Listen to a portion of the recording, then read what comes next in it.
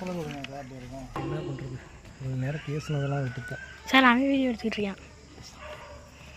இதை டெஸ்ட் பண்ணி போட்டு அடுத்ததாக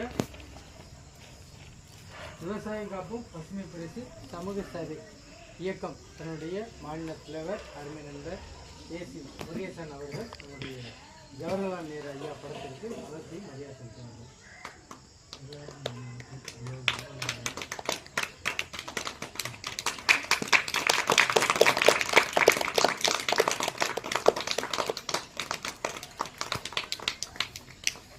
அடுத்ததாக நம்மளுடைய அப்துல்காம் சமூக நல அறக்கட்டளை சார்பாக நாம் நம்முடைய ஜவஹர்லால் ஐயா படத்திற்கு மலர்த்தி மரியாதை செலுத்தினார்கள்.